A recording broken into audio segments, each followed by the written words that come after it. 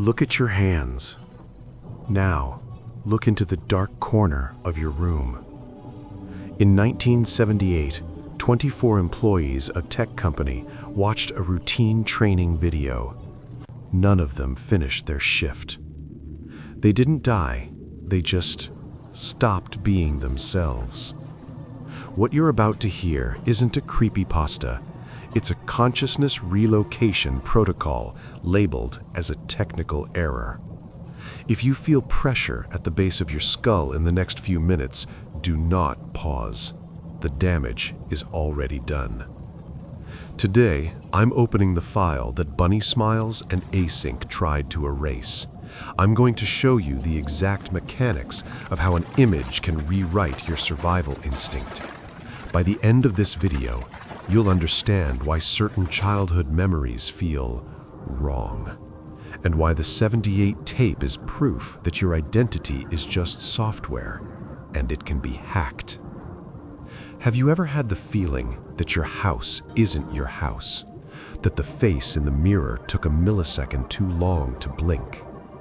We all feel the Uncanny Valley. It's not an irrational fear, it's a biological alert system. Your brain detecting a predator that looks exactly like prey. The problem? In 1978, they learned how to turn that alert off. They turned discomfort into acceptance. The psychology behind the training tape is called cognitive overload by displacement. The video uses non-Euclidean geometry disguised as simple diagrams. When you observe a shape that shouldn't physically exist, your brain tries to correct the image. This opens a rift, a vulnerability in the temporal lobe. The 78 tape didn't teach how to operate machines. It taught the brain to accept the impossible as routine. It's what we call M.A.D, Metaphysical Awareness Disorder. If you believe what you see is real, your mind becomes the host. August 1978, storage facility K9. Ashley, a young technician, found the tape labeled animatronic cleaning protocols. In the video, a clown named Billy taught how to adjust hydraulic joints, but the audio was out of sync.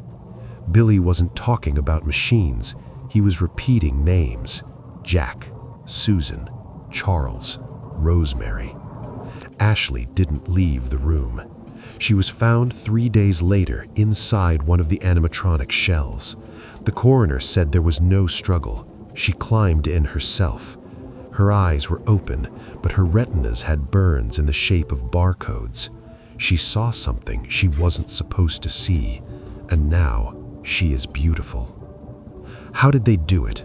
The method follows 4 stages of mental erosion. First, sensory isolation.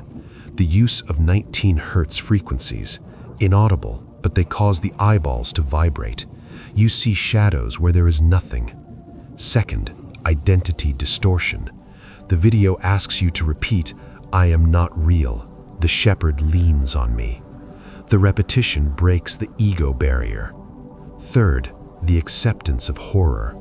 Images of distorted bodies are interlaced with vibrant colors and nursery rhymes.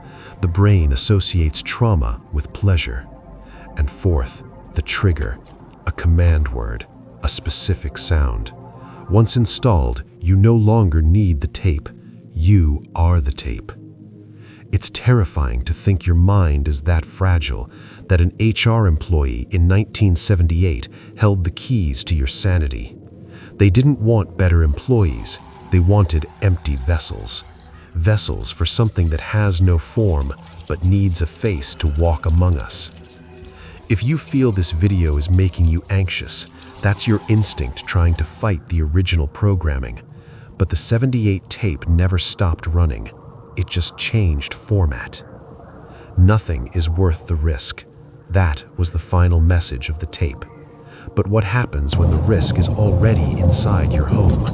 What happens when the intruder doesn't knock on the door, but emerges through the screen you're holding right now? The original 1978 tape had a second side, a side that shows what happens to those who refuse to watch. But that